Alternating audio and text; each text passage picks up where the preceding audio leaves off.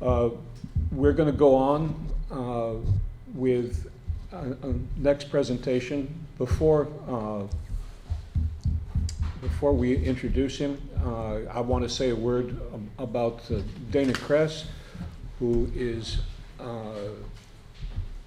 represents, for me, a important and unusual step in bringing the printed word literature from Louisiana into public view, and his catalog of Tantamount Press is amazing, and I was honored to be able to publish a book with his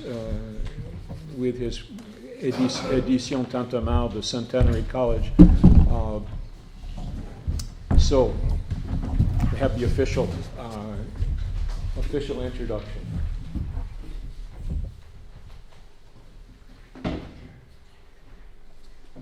Okay. Dana Kress served for many years as the William Arsenault Professor of French before being named as the managing editor of Les Éditions Tintamarre, the only French-language publishing house in the United States. In 1998, the Carnegie Foundation for the Advancement of Teaching and the Council for the Advancement and Support of Education named Kress the Professor of the Year in Louisiana. In 2010, he became the Honorary Consul of France in Louisiana, and a year later he was named Humanist of the Year by the Louisiana Endowment for the Humanities. He has played a major role in publishing in French in Louisiana for 20 years. And if you need to contact him, his contact is DKRESS, so D Kress, at centenary.edu. Centenary is CENTENARY.edu.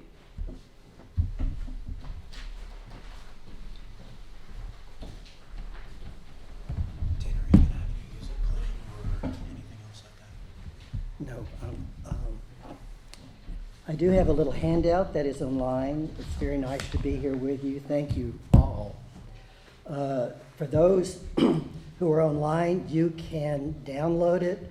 It's a PDF. It's at french.centenary.edu/lyrics.pdf. Okay? Say that again. French.centenary, CENTENARY.edu/lyrics.pdf.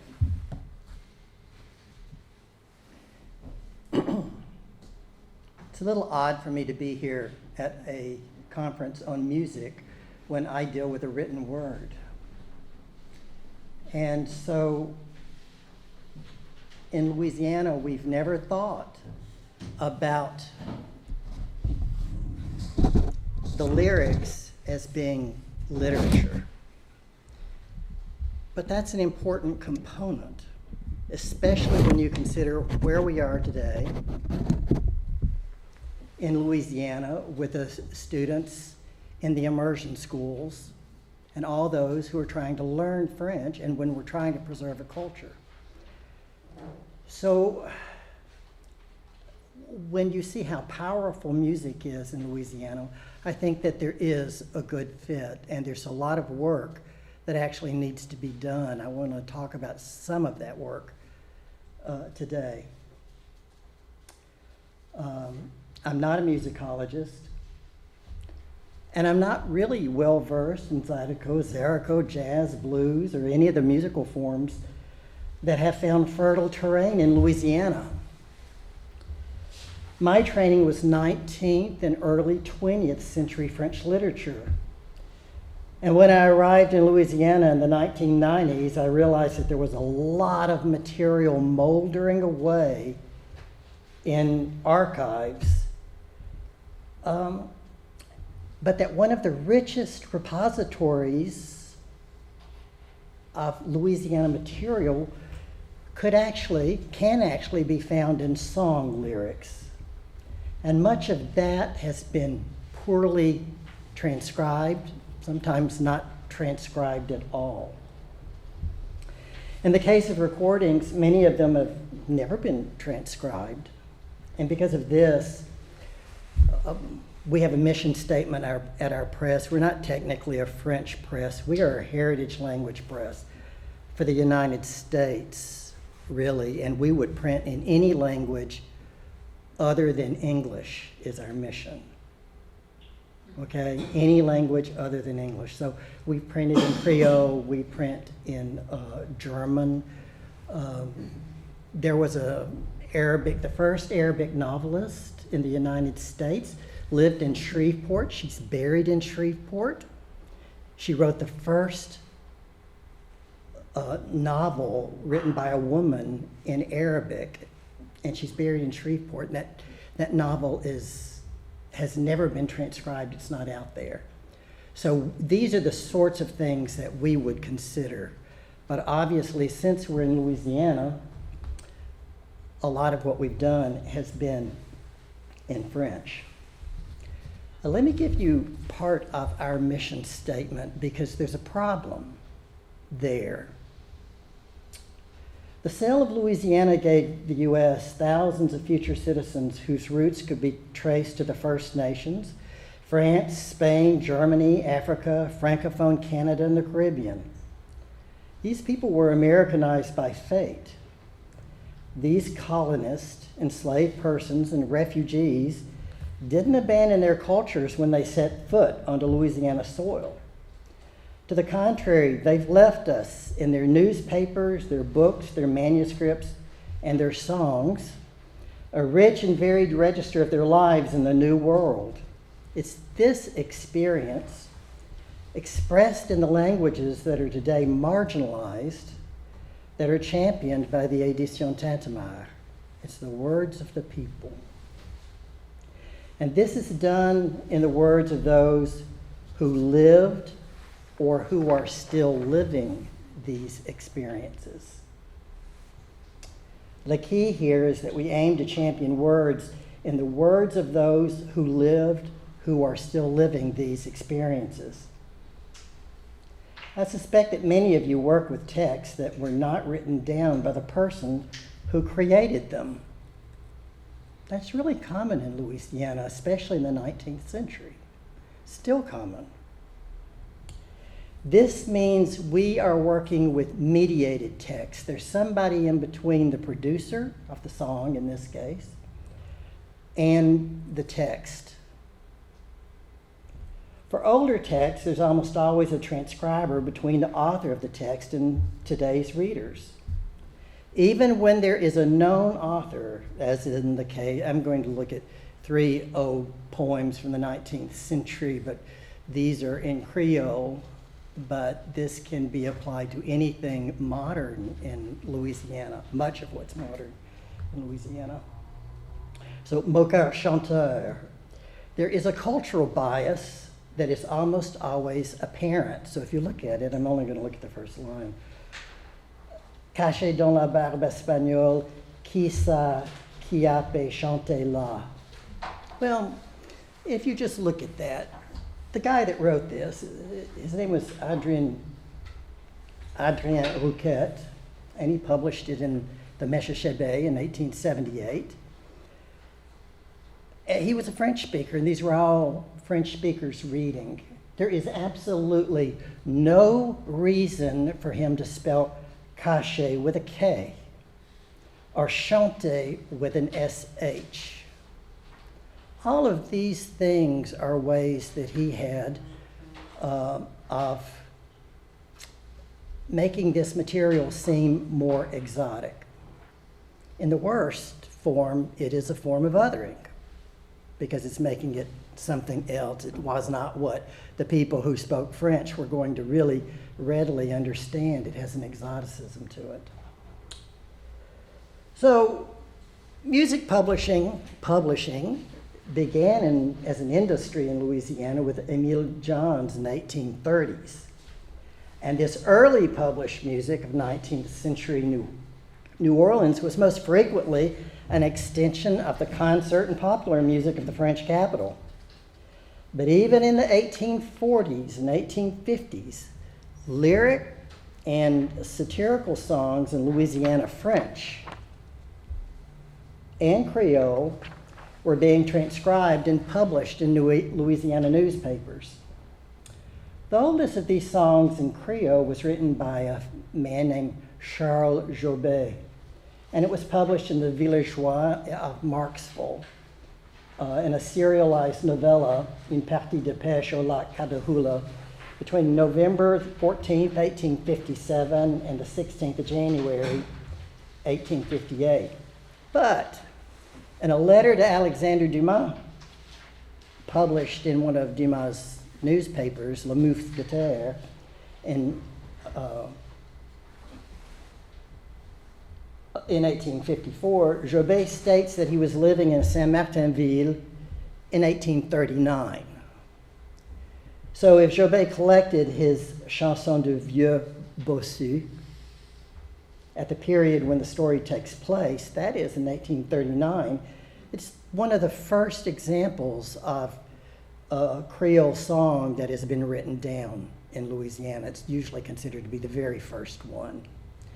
And you can see Mouché Préval, Mouché. Here again, Monsieur Préval.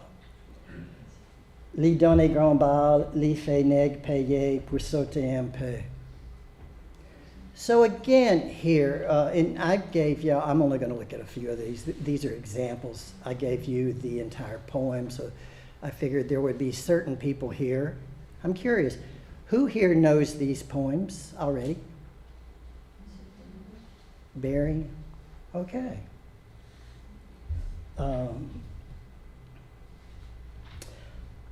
I want to look briefly at a third one by a Creole. He was a Creole barber. His name was Joe Beaumont. He was a barber in New Orleans. And he wrote, and he was famous for writing little ditties. And people would go through the streets of New Orleans singing these little ditties, and usually they were satirical, and they were meant to attack people. And evidently, they had obviously they were all sung, they had a tune. This one's unusual because the music to it survives. In fact, it's the only one that the music survives to, and I thought some people here might like to have the music, so there you got it. Now, Tukutu was a Creole of color who passed, and she married a rich white man. I think he was a doctor. He was a doctor or a lawyer. I can't remember. And she went to the French market, and some of the people who knew who she was got upset because she was passing and acting better than everybody else. So one of the women accused her of being black. And Tukutu, that wasn't her real name. I can't remember her real name at the moment. She sued the woman, and the case ended up at the Supreme Court of Louisiana. And Tukutu lost the case. At the time, what it was called, her status was, she had sought to have her status régularisé. That was the word for having yourself with money. You could have yourself maybe declared white. Exactly the opposite of being othered. She lost the case, and Joe Beaumont, the Creole barber, wrote this little ditty about her. Is there anybody in here who can actually sing the notes? Nobody? I can't. You don't want me to sing it, I'll tell you that, because I can't do it.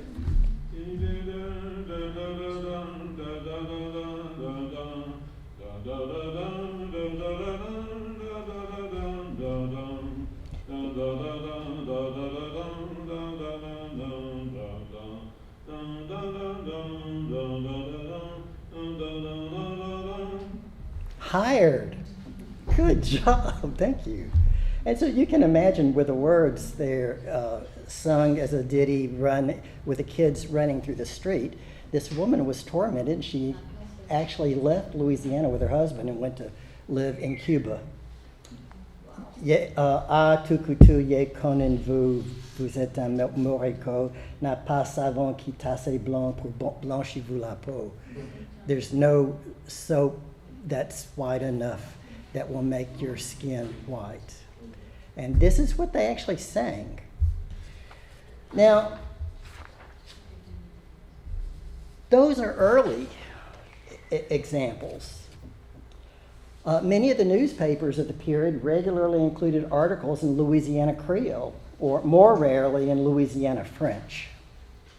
But there were articles in Louisiana French.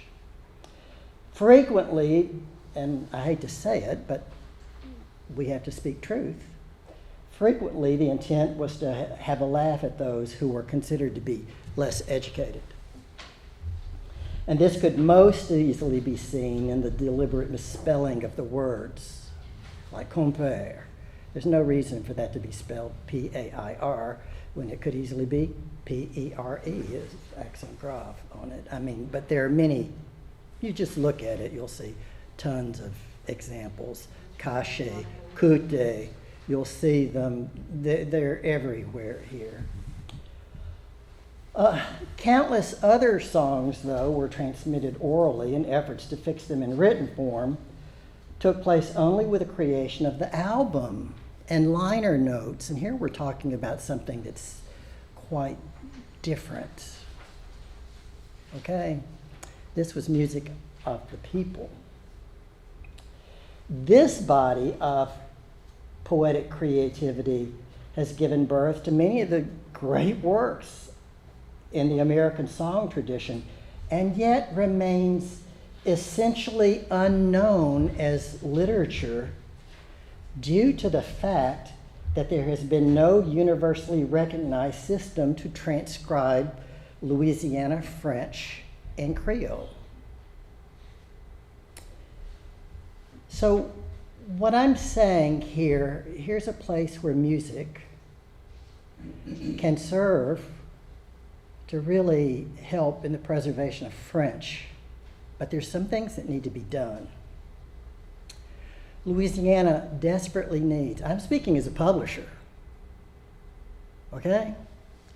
Now, I print in all sorts of French. For us, it only has to remain coherent inside the text. And I don't tell people what sort of French or Creole that they have to use. Just as long as inside a text it is coherent. They're not jumping around. If they spell something one way, please keep it the same way. When I say a descriptive grammar of Creole, I mean, and Louisiana French, I mean that. So that people who want to write in Louisiana French have a way to do it. And I'm not talking about a dictionary, I'm talking about a grammar that's fairly simple that would give some rules. Let me talk about a book that we did, Févi. Some of you have seen it. It is a book of Creole poetry.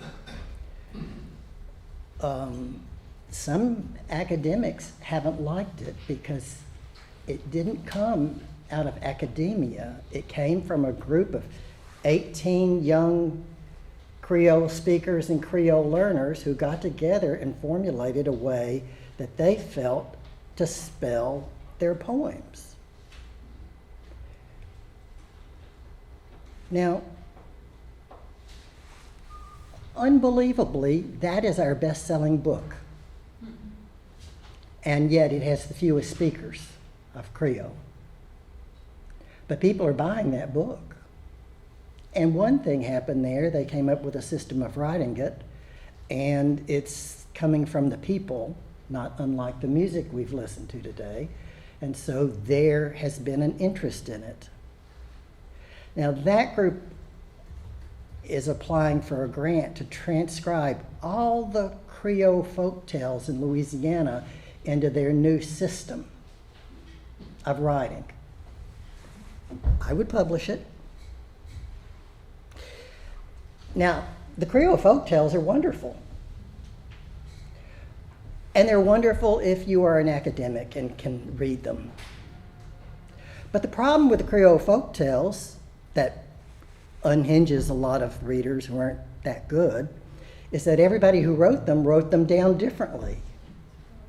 And so if you read 10 Creole folk tales, some of them can sometimes be long, you have to learn 10 different ways of reading. That doesn't work in a school. And that doesn't work with most folks who just want to read a story. So there's a real reason to do that. Marion Marcotte's book.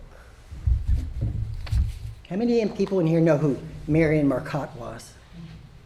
So pretty much everybody. Do you know, we went, and there's some people in here who helped on it. Barry helped do this. Marion Marcotte had never been successfully transcribed into Louisiana French. There's been, if you look online, you can find all sorts of attempts. David Marcontel and Amanda Lafleur got together and they consulted 20 or 30, sometimes old folks, because they didn't know all the words. And Barry, who knows the language and helped on the dictionary. And they came up with a way to transcribe something that had never been transcribed before. So this book has also been a huge seller.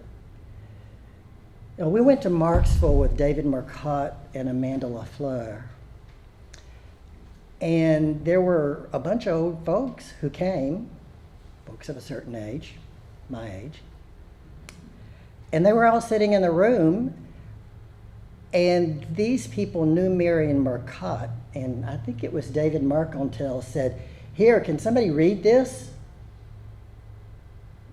And this guy, who had never read French in his life, stood up and started reading, and all our jaws dropped. He read it perfectly. And what was amazing is in the room, there were so many people there who knew the work that they were chiming in every third line. They would finish the sentences. They didn't even have a copy of the book.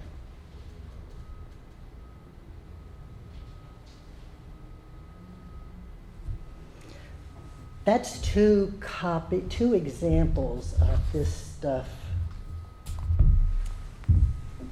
coming from the people.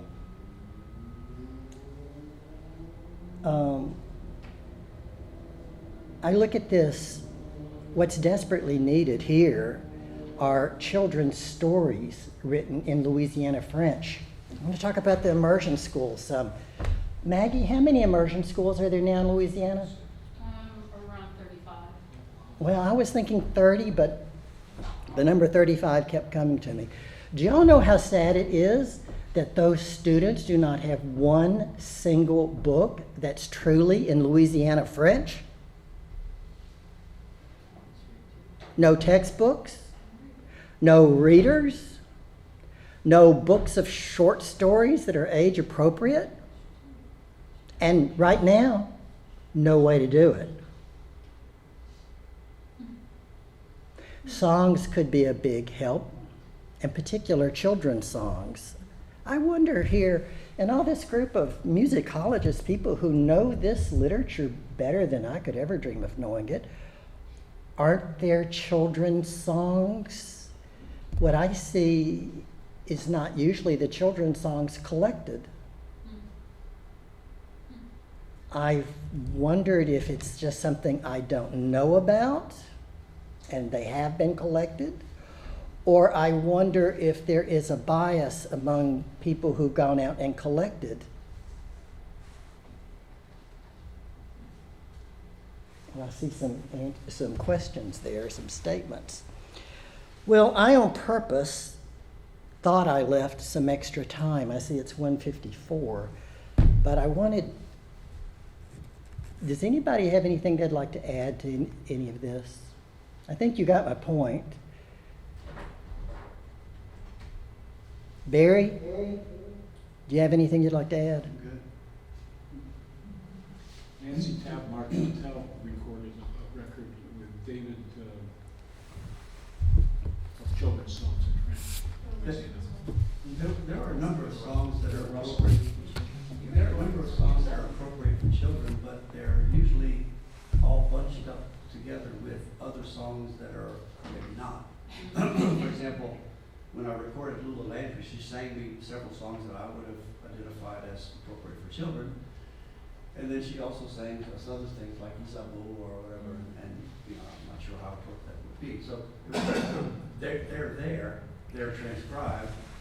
Are they transcribed into Barry Osley has said that there are songs that there are children's songs. Have they been transcribed into Louisiana French? They were transcribed by me, so yes. There you go. So these It's things, just that it would be a matter of identifying them, locating them, identifying them, and culling those that seem most appropriate. What happens, I think, sometimes is, for instance, Alma Bartholomew, who had a repertoire of well over 100 songs, she had probably a good dozen that were children's songs, but they're mixed in with, Yeah. with the other 110 songs. so there are some collections, but the works are spread around and they're not exactly available. They're not, in particular, they're not available to the French teachers who would never know how to find them. And one Right. of the participants just spoke about So a collector in 1960. Kid Ori, no, she's Kid Ori? not Kid Well, Ori. Thank you, and I will pass the word back to you.